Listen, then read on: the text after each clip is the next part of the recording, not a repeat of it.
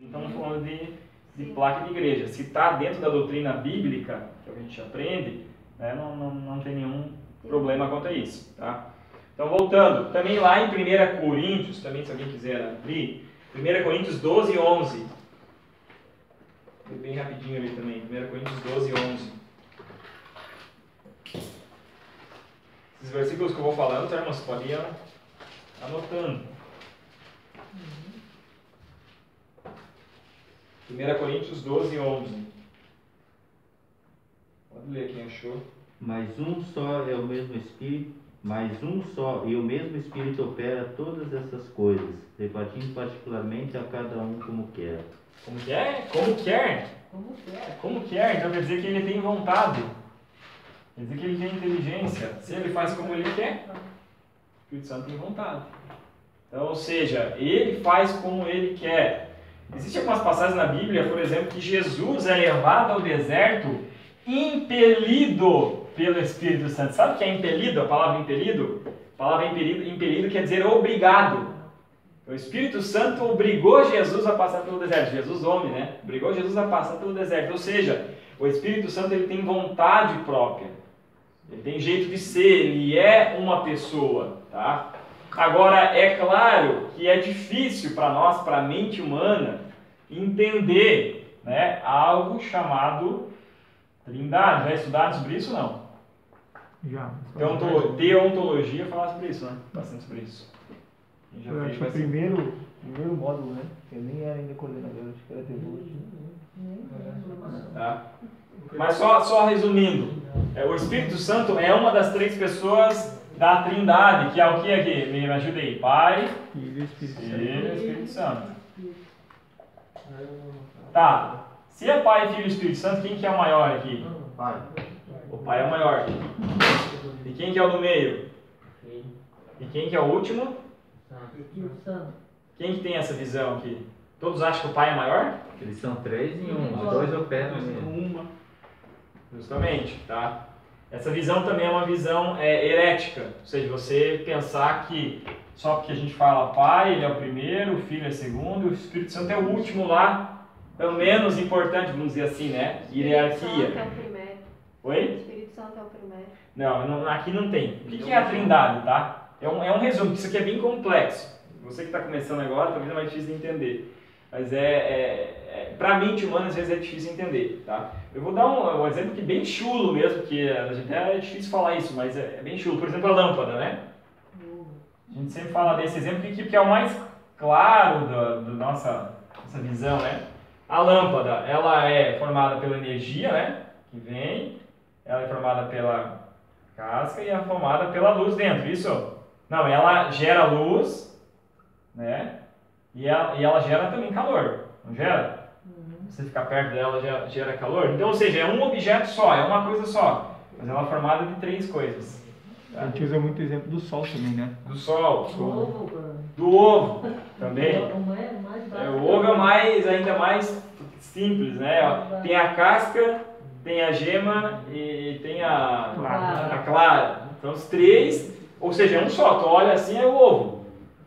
Mas ele é formado por três partes, tá? Então Deus é isso aqui, gente, né? O Pai, o Filho e o Espírito Santo são pessoas distintas, mas que ao mesmo tempo, juntando, eles são um só, tá? Eles são um só. Por que eu entrei nesse assunto aqui? Porque tem muita ligação com o que a gente vai ver ali agora no contexto judaico. O que acontece? O judaísmo ele não aceita a doutrina de Trindade.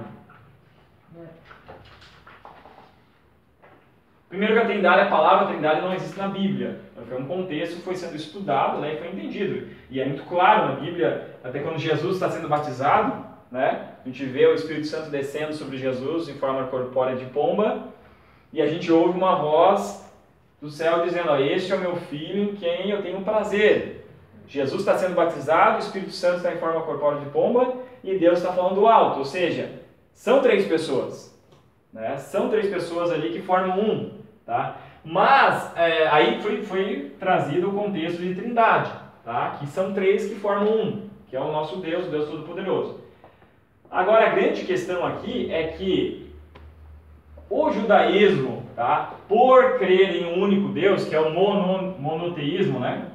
Todo mundo sabe o que é monoteísmo, né? Mono único. Um Deus, diferente do politeísmo, né? Que é ter vários deuses, enfim. Então o judeu, ele é muito monoteísta, ele é extremamente, ninguém tira da cabeça dele que é um único Deus. Aí na cabeça dele não entra, entendeu? Mas como assim? Tem 3 deuses, mas os 3 são um. Não entra na cabeça do judeu. E até para nós entender isso racionalmente é complicado. Mas é o que a Bíblia diz, que são 3 e formam um, né? Então o judeu, ele tem dificuldade de acreditar nisso. Então por isso, para ele, né, para o judeu, existe um Deus, né, que é o Deus Todo-Poderoso, né, que é o Jeová. Inclusive os testemunhos de Jeová seguem isso, né? Uma das igrejas que existem hoje, que não creem no Espírito Santo como pessoa, é as testemunhas de Jeová.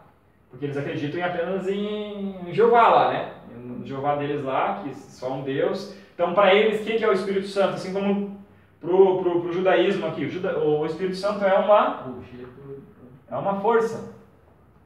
É uma inspiração, entendeu? Eles acreditam que é uma inspiração. Mas isso para a Bíblia está certo? Tá errado? Mas e como que eles praticam isso? Que é o judaísmo. Porque cada um lê a Bíblia, entende? Se não tiver entendimento correto, ele acaba indo para uma outra doutrina, né? Outro ensinamento. Por isso que existem várias igrejas, né? Então, às vezes, alguma outra igreja tem algum outro entendimento da palavra, desse sentido. Agora, biblicamente, se você olhar os versículos todos, ele vai te provar que Deus, né, como a gente estudou aqui, Jesus, Deus, Espírito Santo, são uma pessoa só, são um Deus. E que o Espírito Santo, como eu expliquei antes, é uma pessoa. Só que na visão do judaísmo, na visão da testemunha de Jeová, não. Deus é um só. Entende? Deus não consegue acreditar no Espírito Santo como uma pessoa. Mas eles são tudo me atrapalhados. Mas nem o judeu messiânico que crê que Jesus veio, mas não crê no Espírito Santo ainda. A maioria crê que Jesus ainda é um profeta, né? Do judeu, né? Senão O já seria judeu cristão. messiânico tem várias. Sim, se é um judeu cristão, sim. Né? Mas a maioria acredita que Jesus foi sim um profeta, foi sim alguém enviado por Deus, mas não como Messias. Tanto que lá no fim dos tempos, o que vai acontecer? A Bíblia diz que Jesus vai vir sobre o Monte das Oliveiras, que ele vai estender a mão, né? E os judeus vão ver, olha, realmente Jesus era o Filho de Deus. Né? Aí já vai ser tarde. Claro que tem a questão do judeu, do povo judeu lá, enfim. Mas, ou seja, Jesus vai se mostrar ainda para o povo, dizendo, olha, eu sou o Messias que foi prometido. Eu sou aquele que foi prometido. Então o Espírito Santo, para eles, ainda é uma inspiração. É algo que vinha sobre os profetas para dar uma mensagem, para entregar algo, mas não em si como uma pessoa, como a terceira pessoa da Trindade. Como eles são extremamente monoteístas, ele tem dificuldade de acreditar que o Espírito Santo é uma pessoa, é um Deus, entende? Essa é a dificuldade do judeu. Então nós vamos ler aqui bem rapidinho, ó. No 5 ali, na página 14, o Espírito Santo no contexto judaico. Alguém pode ler só o primeiro parágrafo ali? No judaísmo, o Espírito costuma ser chamado Espírito Santo, sendo considerado, sobretudo, como a força divina que confere aos profetas o conhecimento do futuro e de coisas ocultas e inspira os autores dos livros sagrados. Fenômenos extraordinários, como êxtase e visões proféticas e ainda feitos heróicos, lhes são atribuídos. Ou seja, toda a inspiração, eles acreditam nisso, na força, na convicção, no conhecimento, entende? Mas eles não acreditam como um Deus, como ele faz parte da Trindade. Eles acreditam nessa força, que é o Espírito Santo, nessa inspiração que ele trouxe sobre os profetas. Tá? Então, por isso que é bem claro deixar qual é o contexto judaico, o que o Espírito Santo representa no judaísmo, tá? Alguma dúvida aqui? Não. Tranquilo? Ficou claro? É Maria, né? Ficou claro. Ficou claro, Maria? Tranquilo? Então, o que a gente tem que ter em mente para entender todo o resto agora que vai ser falado é que o Espírito Santo é uma pessoa, né? Você tem intimidade com ele, assim como alguém conversa com você, você pode conversar com o Espírito Santo. Lá em Coríntios a Bíblia diz que não sabeis vós que vocês são templo do Espírito Santo, que o Espírito Santo habita em vocês? Então, ou seja, o Espírito, nós somos morada dele, né? E ele habita em nós. Então, esse é uma grande mensagem para nós. Ele habita em nós. Por isso que ele zela tanto por nós, zela tanto pela sua vida, porque ele habita em você. Amém? Se nós pensarmos no Antigo Testamento, a forma judaica de ver do Antigo Testamento, ela não era de todo errado no sentido que o Espírito Santo ele realmente não estava na terra. Sim. Né? Ele vinha, se manifestava e voltava. Mas quando Jesus foi para o Pai, ele disse: eu vou, mas vos deixo o Consolador. Quer dizer, eu estou indo, mas alguém vai ficar aqui. A partir daí, então, o Espírito Santo habita em nós. Então, naquele caso do tanque lá, lá fala a Bíblia, o anjo. Era realmente um anjo ou era o Espírito que eles Aí falavam? pode ser uma teofania, né? Que às vezes o próprio Deus é representado em forma de anjo. Tem várias teorias, ou pode ser um anjo mesmo. Não tem uma definição, não é uma definição clara. Lá fala em anjo, né? Mas teoricamente, naquele momento, ou até, por que não? Se formos falar, poderia ser realmente uma manifestação vinda do Espírito, mas ele ainda não estava aqui, porque naquele momento que se fala do tanque, Jesus ainda não tinha subido e não tinha, né? Então, quer dizer assim, quando ele foi, ele disse: esperem aí um pouco, fiquem em Jerusalém que eu vou mandar ele vai vir, né? Então, quer dizer... Então, o judeu ficou com essa imagem ainda. A gente vai ver aqui. Jesus também, né? Ele desceu e em forma de pomba, né? Exatamente. E era o Espírito Santo. Exatamente. Sim, isso aí. A gente vai ver aqui ainda, ao decorrer do livro, o que o Juliano acabou de falar. Como era no Velho Testamento, né? E como é no Novo. Então, eles tinham um ensinamento. Então, eles continuam nesse ensinamento. Eles não conseguiram entender que isso mudou. Né? Eles continuam lá na velha aliança. Aí vem a questão também que você falou aqui, que agora clareou ali também que o Juliano falou. Algumas religiões ainda levam muito em conta só o Velho Testamento e esquece do Novo. É o que acontece com o Testemunho de Jeová, né? É o que acontece com a Adventista, entendeu? Que ainda acredita que você é obrigado, tem que guardar o sábado, né? Então são coisas assim, foi dada uma lei no Velho Testamento, continua no Novo? O princípio sim, a regra não. Entenda uma coisa, Jesus quando ele veio, ele não quebrou nenhum princípio, mas ele quebrou regra. Aqui que está a diferença, que às vezes a gente não entende. Ele nunca deixou de cumprir um princípio. O que ele disse quando falaram para ele: Jesus, mas não pode curar no sábado? Aí Jesus fala assim: então, mas no sábado ele não foi feito por causa do homem. O homem foi feito por causa do sábado. No sábado não pode fazer o bem no sábado? Ou seja, Jesus nunca quebrou o princípio. O que é o princípio do sábado? Era guardar um tempo para Deus, para fazer coisas boas, para se dedicar a Deus. Então, ou seja, Jesus estava fazendo isso. Mas Jesus quebrou a regra. Então, várias vezes Jesus vai quebrar a regra, mas ele nunca vai quebrar os princípios da lei. Por isso que a Bíblia também diz que ele não veio para desfazer a lei, ele veio para cumprir. Mas ele cumpriu os princípios. Então, é um grande segredo. Cumpriu os princípios. Regras, se tu for olhar assim no lendo, tu vai ver Jesus quebrando um monte de regra. Mas era regra, não era princípio. É o que a gente chama na teologia do espírito da lei. Jesus sempre cumpriu o espírito da lei, mas não as regras. Quem cumpria as regras que Jesus sempre batia? Quem cumpria as regras? Fariseu. Fariseus, saduceus. Oi? Escribas e fariseus. Escribas. Eles não cumpriam todas as regras? Vestiam lá os seus vestidos, faziam suas orações, guardavam os sábados, davam o dízimo da hortelã, do não sei o que lá, enfim, faziam tudo certinho. Esses saduceus aí também tinham uma divisão, né, do espírito, eles não acreditavam. Não acreditavam na ressurreição, os fariseus acreditavam, tinha algumas brigas, né?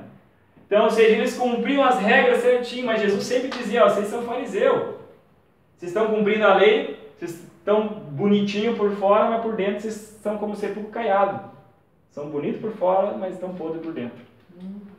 Às vezes faz o bem exteriormente, mas o coração não tem. Mas o coração está longe. Então essa é a questão. Jesus sempre cumpriu os princípios da lei, né? Que era de um jeito no Velho Testamento, como o Juliano falou, e mudou no Novo Testamento com a vinda de Jesus. Tá? Então por isso nós vamos ler agora ali, ó, o Espírito Santo no relato bíblico. Tá? Então a parte 5 ficou claro, né? Espírito Santo no contexto judaico e agora o Espírito Santo no relato bíblico. Alguém pode ler aquela primeira parte? As Escrituras referem-se ao Espírito Santo como o agente divino da comunicação da verdade de Deus aos homens. Quanto às Escrituras do Antigo Testamento, temos declarações terminantes nesse sentido. e é claramente subentendido e afirmado no tocante ao Novo Testamento. Isso, então o Espírito Santo ele foi o responsável e o autor das Escrituras, ou seja, ele que inspirava os autores a escrever a Bíblia. Por isso que lá em 2 Timóteo 3,16, né, diz que toda a palavra é inspirada por Deus. Então tudo que está escrito aqui na Bíblia, né, foi inspiração divina. David, mas ela pode ter erros? Ela pode ter erros sim, mas erros de tradução. Ela nunca vai ter erro de ensinamento, de doutrinas, tá? Eu já vi gente, mas eu olhei lá, o versículo está errado, ou alguma passagem ali, enfim, pode acontecer na tradução, mas não na palavra, nos originais, na palavra de Deus, não. Por quê? Porque toda a palavra é inspirada e foi inspirada pelo Espírito Santo. Então, os profetas, os escritores escreveram sobre a influência, aí sim, sobre o poder do Espírito Santo. O que quer dizer quando é sobre a influência de alguém? Quer dizer que alguém está meio que te dominando, entende? Você não está escrevendo aquilo da tua cabeça. Eu acho que é assim, vou escrever assim. Não, é como se você estivesse sendo iluminado mesmo a escrever aquilo, né? Porém, dentro do teu nível de conhecimento. Isso é muito nítido, né? Como a gente já estudou também nesses momentos. Cada um, por mais que era inspirado, mas tinha a sua forma de escrever, tinha a sua gramática ligada ao seu tempo, muitas vezes à sua cultura, né? Então existia também essa... Não, é importante dizer, né? Sim, porque às vezes alguns, quando falam assim, não, ali o Espírito Santo está dizendo quase uma psicografia, não é dando palavra por palavra, não é isso. Inspirava a ideia, o ensinamento, a doutrina, e cada um escrevia, né? Da sua maneira, da forma mais... A sua cultura. A mesma coisa é a pregação, né? Tu exato, inspirado, mas tu prega aquilo que... Sim. É igual, pelo menos já estudaram, por exemplo, os livros, os evangelhos. Cada um tem uma visão diferente. Por quê? Porque o Mateus foi escrito geralmente para os judeus, né? O Marcos, o Lucas foi escrito para os gregos, os Marcos foi para os romanos. Então, ou seja, tinha tudo um destinatário, né, para quem era aquela carta e qual era o contexto. E é claro, tinha a inspiração divina, tem a inspiração divina em todas as passagens, e o Espírito Santo usava também cada autor, né, cada pessoa que ia escrever, as suas limitações, o seu jeito de escrever, a sua maneira de ver as coisas. É muito claro isso na Bíblia Sagrada. Então, por isso que você vai entender e vai ver, tudo é inspiração divina. E cada autor vai escrever do teu jeito. Tá? Isso é bem claro. O Espírito Santo como intérprete das Escrituras. Tá? Então, também as Escrituras foram dadas por inspiração do Espírito Santo, que a gente já está falando. E a sua verdadeira interpretação só é possível por meio de sua iluminação. Por isso que assim, irmãos, tem muita gente que lê a Bíblia, só lê por si, né? E talvez nunca vá acontecer nada. Eu já vi pessoas que eu já li a Bíblia 10 vezes, 20 vezes e ainda nem é crente. Agora também já vi pessoas que leram a Bíblia e pela leitura se converteram a Cristo. Então vai tudo da sua entrega por Espírito Santo. Quem nos revela a palavra e abre o nosso entendimento é o Espírito Santo. Eu sempre falo desse caso, lembrar de novo assim, Augusto Cury. Augusto Cury, ia falar agora. Esse cara, eu testemunho muito lindo. Ele disse, eu vou ler os evangelhos para provar que é uma mentira. Que é uma mentira. Porque ele estudava psicologia profundamente e dizia que tinha uma janela killer, né, em cada pessoa e tal. E aí ele lê os evangelhos e se convence de que não é. Que ele se converte lendo os evangelhos querendo provar que era o contrário. Que era o contrário, ele se converteu. Eu achei muito legal o testemunho dele, assim, muito interessante. A Bíblia diz mesmo, né, que quem convence o homem da justiça, do juízo, do pecado, é o Espírito Santo. Então, se você lê a Bíblia, enfim, Deus pode trabalhar, daqui a pouco, vou aproveitar que ele está lendo, ele está com o coração aberto, vou trabalhar na mente dele, foi o que aconteceu com Augusto Cury, vou fazer ele entender que eu sou o Cristo. E tem pessoas que vão ler, como ler qualquer livro, e não vai ter a revelação, né? Vai ter aquilo apenas como algo acadêmico, apenas uma leitura, e não vai ter a revelação do Espírito Santo. Por isso é importante, sempre que você senta para ler uma passagem, né, pedir ajuda do Espírito Santo. Eu não estou entendendo essa passagem aqui. Pede ajuda para ele, com certeza.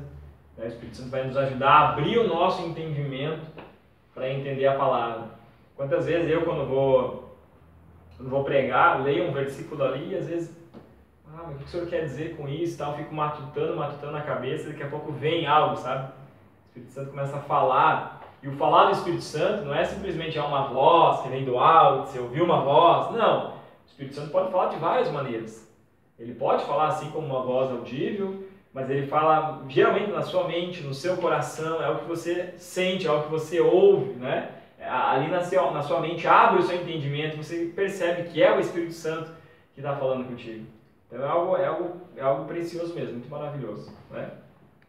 Diz que o Espírito Santo é o árbitro, né? E a gente sente, quando a gente está na palavra, sente que está fazendo algo errado, né? Aquele sentimento a necessidade de pedir perdão, às vezes de se retratar, né? Ou quando vai fazer uma coisa, sabe que aquilo, o Espírito Santo te induz a dizer não faças, né? Esse sentimento, né? O árbitro que nos ajuda a manter a linha, né?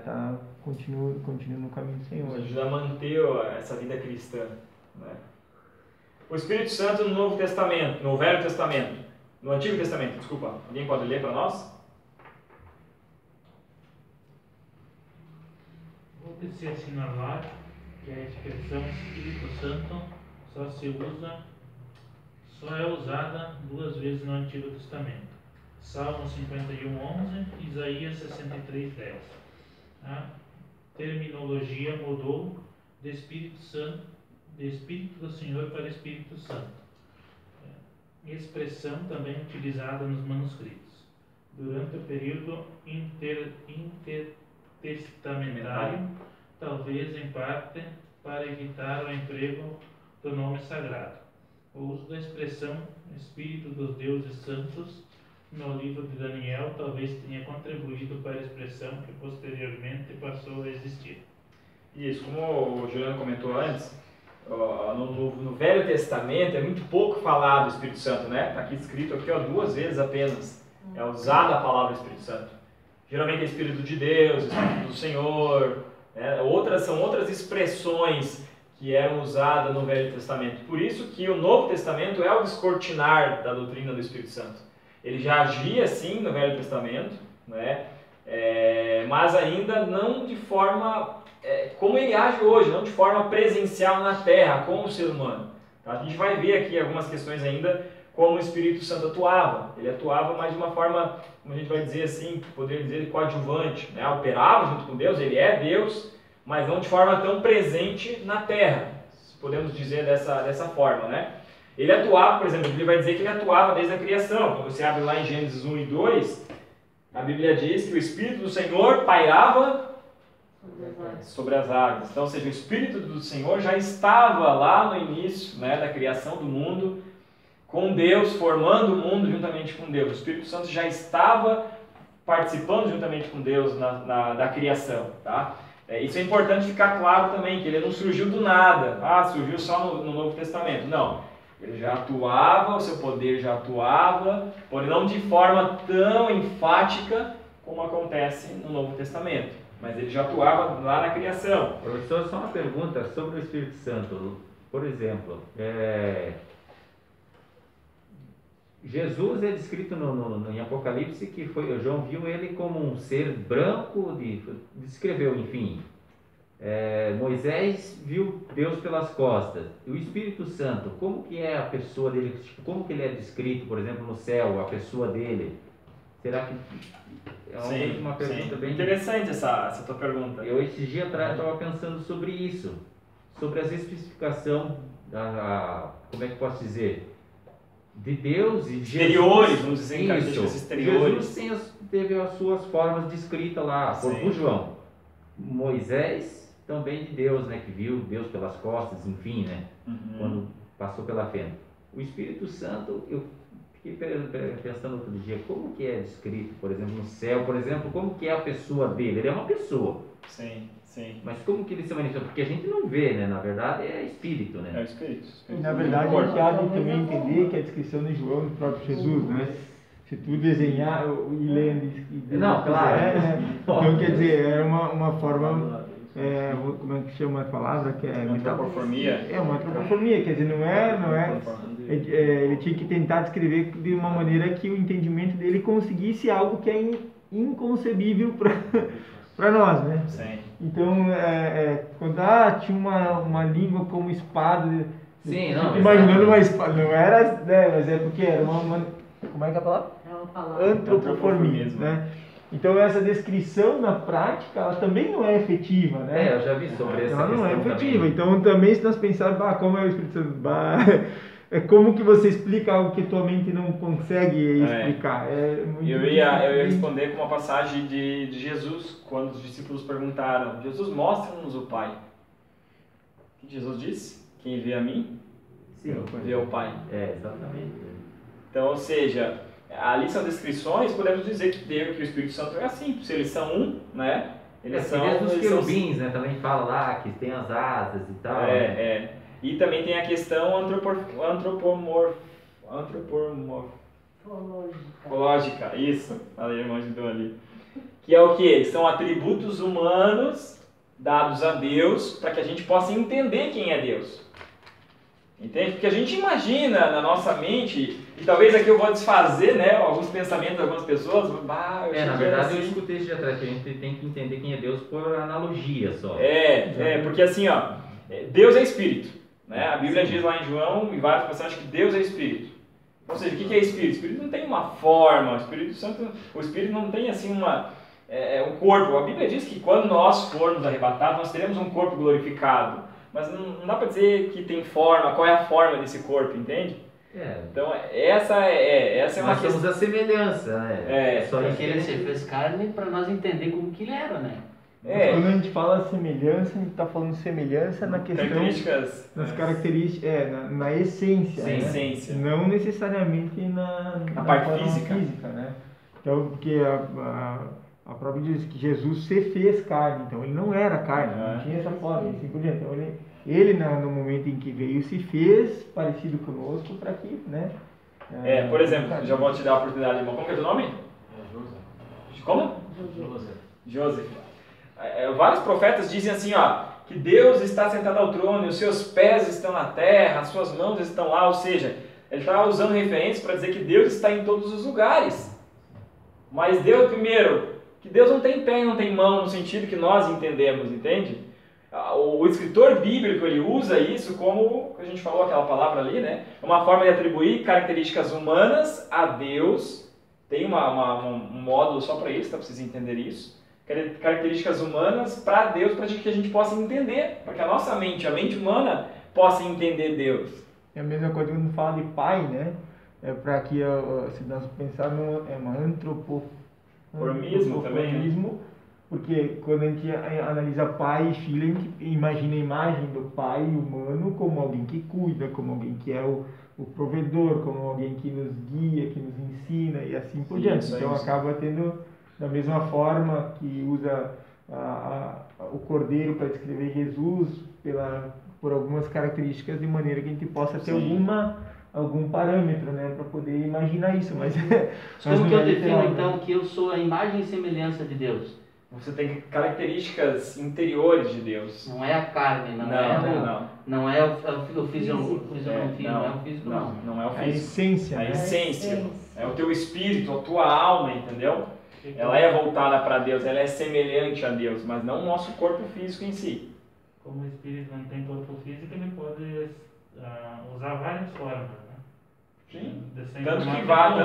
Tanto que do Espírito Santo aqui, depois nós vamos ver, né, que existem vários símbolos para o Espírito Santo. De que forma, se nós pensarmos, Deus se manifesta para Moisés, né?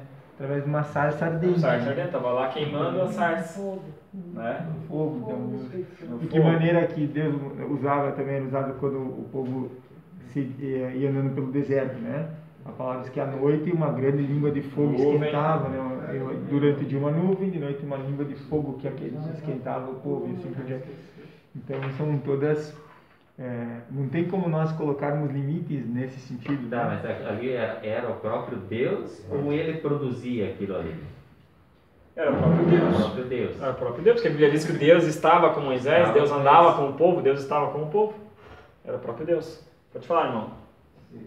E com referência, o Simão falar que o Espírito não tem corpo, se você ler no Lucas 24, versículo 39, ele vai explicar bem. Ele não tem sangue nem ossos. Só que a Bíblia fala no João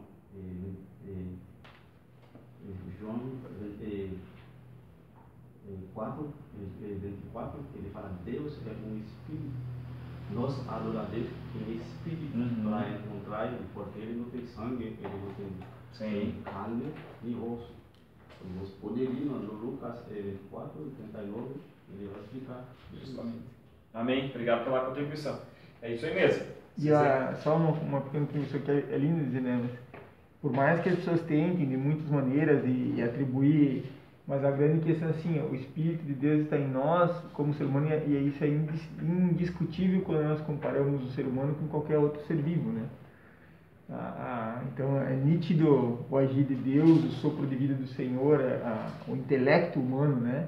Que é de forma totalmente distinta de um ser irracional, né? A nossa razão. Sim. Por isso que aí vem a imagem e semelhança de Deus, né? O intelecto, o jeito que nós somos é totalmente diferente de um ser animal. Né? Então por isso que Deus fala, vou criar a minha imagem e a minha semelhança, que é o ser humano. Né? E alguns dizem assim, mas Deus, e daí Deus, mas aqueles que não creem, né? Isso também é algo que eu lembro que assim, foi algo bem interessante quando eu estudava. Se nós pensarmos que todos os povos da terra, a qualquer tempo, sem conhecerem o Deus verdadeiro, mas todos, impreterivelmente, os povos da terra, se você estudar, não biblicamente, mas de qualquer maneira, historicamente, todos criam um ser superior. Isso é algo, digamos assim, padrão, né? Sim. Não tem nenhum povo, historicamente falando, que não cria ou que não cria. Então, por quê? Porque a crença num Deus criador, ela é já vem, da natureza humana, né? É o que se chama de crença natural, né? Que é você crer naturalmente, crer em algo superior. Isso é uma das provas de Deus, porque se você pensasse que o homem veio do macaco, vamos pensar assim, né? Ou de certa forma se criou, essa crença que seria unânime, né? Ela não seria unânime. Porque cada um que creria se desenvolveria de um jeito e um ia crer, outro não ia crer e assim por diante, né? Mas de forma geral, todos os povos creram e creiam num Deus criador, num ser superior ou vários seres, né, no caso. Sim. Mas assim, algo que não era inexplicável, né, que ele não conseguia entender, mas era uma crença natural. Deus diz, né, que a obra das suas mãos proclamam a sua glória.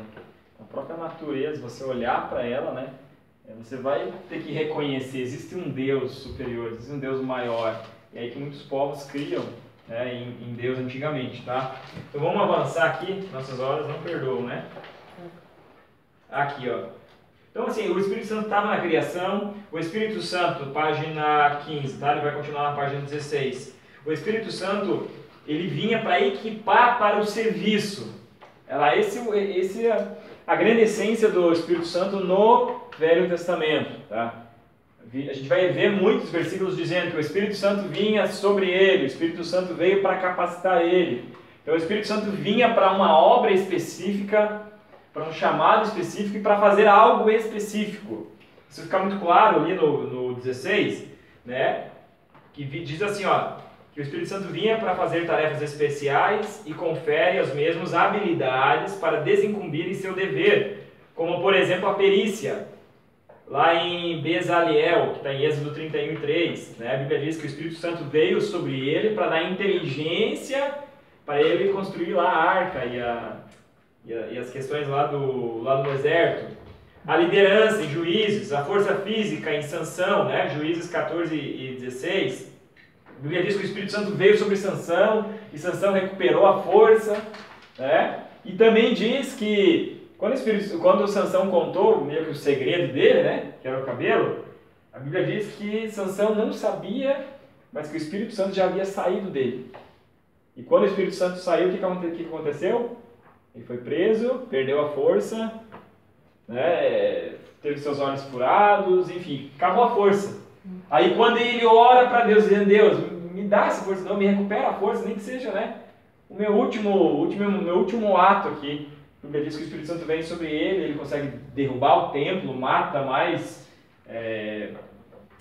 pessoas daquela época lá do que ele tinha matado na vida inteira dele. Então não se assuste quando eu falo em matar aqui, né? Porque antigamente era na espada, né, Juliano? Antigamente não era assim, não, igual no Novo Testamento da Graça. Antigamente era luta para conquistar a Terra Prometida. Então era um pouco mais na espada mesmo, tá? Então, ou seja, o Espírito Santo vinha sobre alguém para capacitar. E aqui tem vários exemplos, né? Gideão, Jefté, Sansão, o próprio Saul. Vamos ler isso aqui de Saul, que eu achei interessante. 1 Samuel 10:6. 1 Samuel 10:6.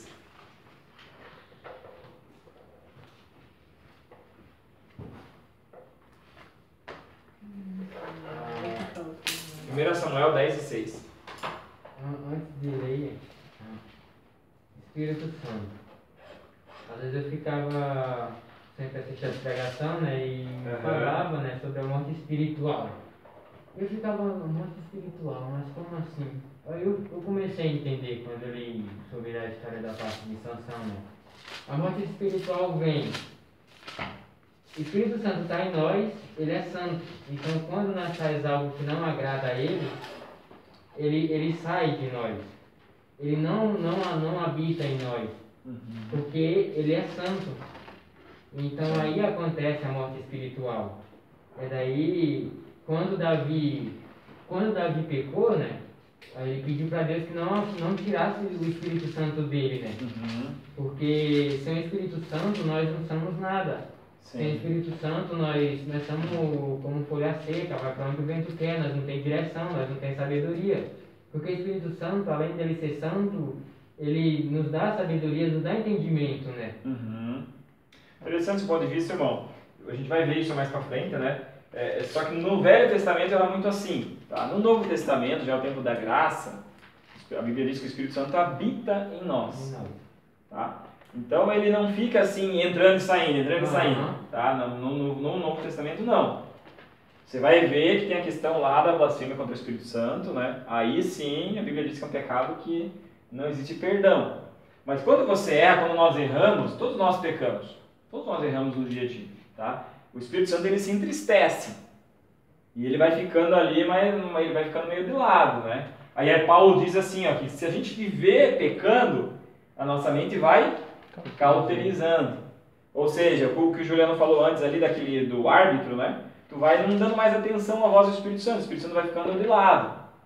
Aí vai chegar o momento que Hebreus 6 diz, que é o momento da apostasia. Ou seja, o momento que eu deixo de ser cristão, entendeu? E me revolto contra isso. Daí é outra coisa. Daí sim o Espírito Santo sai. Mas senão não. Senão o Espírito Santo está com a gente, nos ajudando. A Bíblia diz que ele nos ajuda nas nossas fraquezas. Né? Quando nós pecamos, ele vai tentar converter o nosso coração para Deus de novo, para que a gente se arrependa. Então é um pouco diferente do Velho Testamento, tá? Nesse sentido. Só o fato de você reconhecer que está em pecado já é uma ação do Espírito Santo. Que o Espírito Santo continua em ti. Porque o homem em si não quer reconhecer. Justamente, o homem em si nunca vai reconhecer que está errado. Se você está reconhecendo que está errado, que pecou, já é obra do Espírito Santo. Entendeu? Então ele está aí para te ajudar. Ele não quer dizer que ele saiu de você. Não saiu. Entendeu? Diferente um pouco o Velho Testamento, tá? Mas pode ler ali. E o Espírito do Senhor se apoderará de ti, profetizarás com eles e te mudarás em outro homem. Olha só, as expressões do Velho Testamento se apoderará de ti, você será cheio, né? O Espírito Santo vai entrar em você e você vai profetizar. Então, ou seja, eram ações mais específicas, para uma obra específica. Saul foi o primeiro rei de Israel, né? Então, para capacitar ele para aquilo, né? Ele seria um novo homem através daquele enchimento do Espírito Santo. Então, eram para obras específicas. Tanto que como que o povo se chegava a Deus antigamente? Sacrifícios. Através do sacrifício, através dos sacerdotes, né? Ou tinha que ir até o sacerdote, oferecer o sacrifício, o sacerdote tinha que estar santo para poder entrar até o Santo dos Santos, né? Que era o último local lá. Só o sumo sacerdote podia fazer isso uma vez no ano, para aí Deus receber e perdoar os pecados do povo. Então, ou seja, era diferente o acesso a Deus, né, no Velho Testamento. Então, por isso que o Espírito Santo vinha para cumprir uma obra, para cumprir uma missão. E era interessante, né, que se nós olharmos que o papel do sacerdote e do profeta, lembra que a gente estudou anteriormente, né? Que o profeta ele tinha o papel de trazer a palavra de Deus para os homens, enquanto que o sacerdote ele levava a justificação, ou seja, levava os pedidos e até Deus. Até Deus, né? Uhum. Então era papel Deus, inverso. né? Quando Deus falava com o povo através do profeta. É isso aí. E o homem falava, digamos, pedia Com perdão Deus. para Deus através do sacerdote. Naquela época, um profeta era temido, né? O profeta era, né? Então, o profeta, o Espírito Santo vinha, inspirava o profeta e ele... Mas mesmo assim não assassinaram. Não, óbvio, né? Muito zero.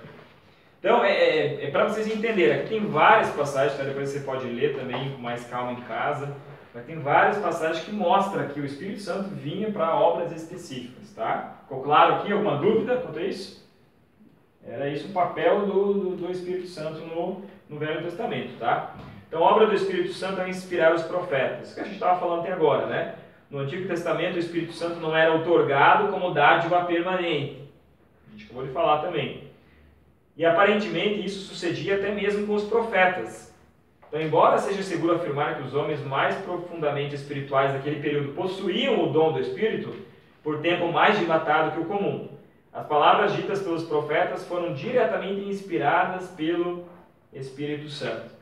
É o que a gente estava falando. Até mesmo os profetas, muitos profetas não viviam assim, como a gente tem hoje a liberdade com o Espírito Santo. Recebiam a mensagem, né, que precisava entregar ao povo, e depois o Espírito Santo saía. Aí sim, era como o irmão falou ali no Velho Testamento, tá?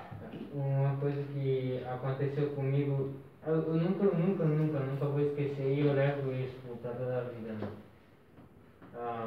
Eu não sou daqui, né? Eu sou do Maranhão, daí eu estava em casa e assistindo um desenho bíblico, né? Daí eu tomando café ali pela manhã e assistindo desenho bíblico, aí eu olhando, assistindo todos os profetas, daí eu parei assim para pensar, né?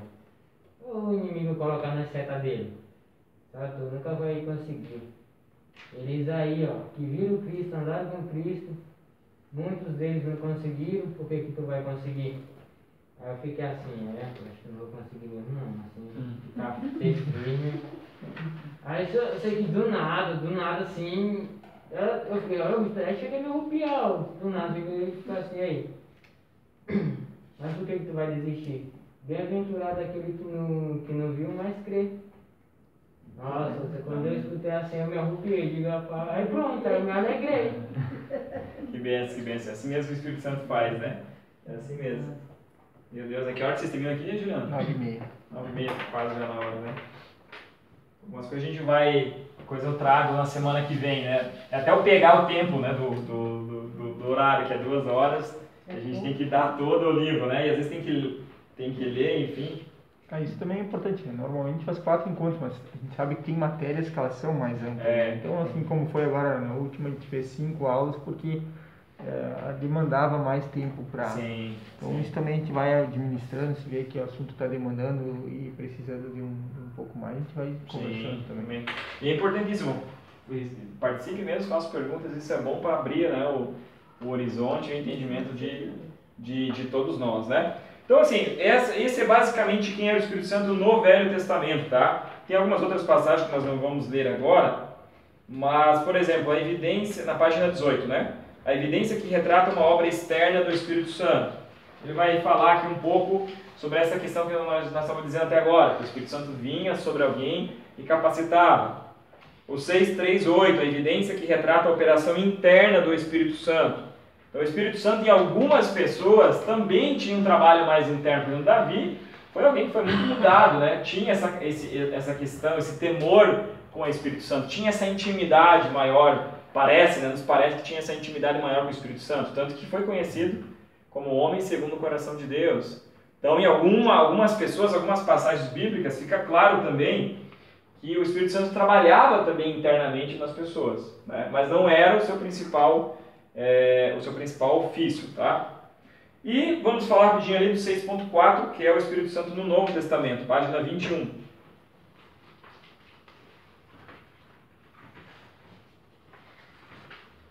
Então, todo mundo sabe, Jesus veio para a Terra, né? Fez lá o que fez o seu ministério por 3 anos e meio, e ao final ele disse para os discípulos, olha, é necessário que eu vá para que o Espírito Santo desça, né? É preciso que eu vá para que outro Consolador venha. Então a palavra outro ali, até agora eu não peguei bem certo a palavra no grego, mas está lá em João, eu vou trazer na próxima aula. Tá? A palavra outro no grego significa, nessa passagem aqui, significa outro igual. Então, ou seja, o que a Bíblia estava dizendo? Que Jesus estava dizendo, olha, eu vou e é preciso que eu vá, preciso que eu suba para que outro Consolador, outro igual. Então, ou seja, não é outro diferente, não é outra pessoa, é outro que é igual, mas é o Espírito Santo. É necessário que eu vá para que ele desça, para que o Consolador fique com vocês. Aí vem lá, né, que Jesus manda os discípulos ficarem em Jerusalém, até que do alto eles fossem revestidos de poder, que é a promessa lá de Joel. E quando Joel diz assim, que os vossos filhos, vossas filhas terão visões, vossos velhos terão sonhos, enfim, o meu Espírito será derramado sobre toda a terra, sobre toda a carne, sobre todas as pessoas. Então lá em Atos começou esse ministério, começou o que a gente vai chamar de dispensação, né? Uma das dispensações. Sabe o que é dispensação? Você escreve ou não conhece? Não lembro. Conhece, né? Dispensação. Aqui vai começar a dispensação da igreja, né, que a gente chama, a dispensação da graça. Da graça, né? A gente conhece muito pela graça. Dispensação são épocas, tá? São tempos. A Bíblia é dividida em tempos. Então tem a doutrina, o ensinamento das dispensações. Desde o começo da Bíblia, tá? Por exemplo, se você quiser anotar, sei que o nosso tempo já foi, né? Eu vou falar aqui, na próxima aula eu trago, tá?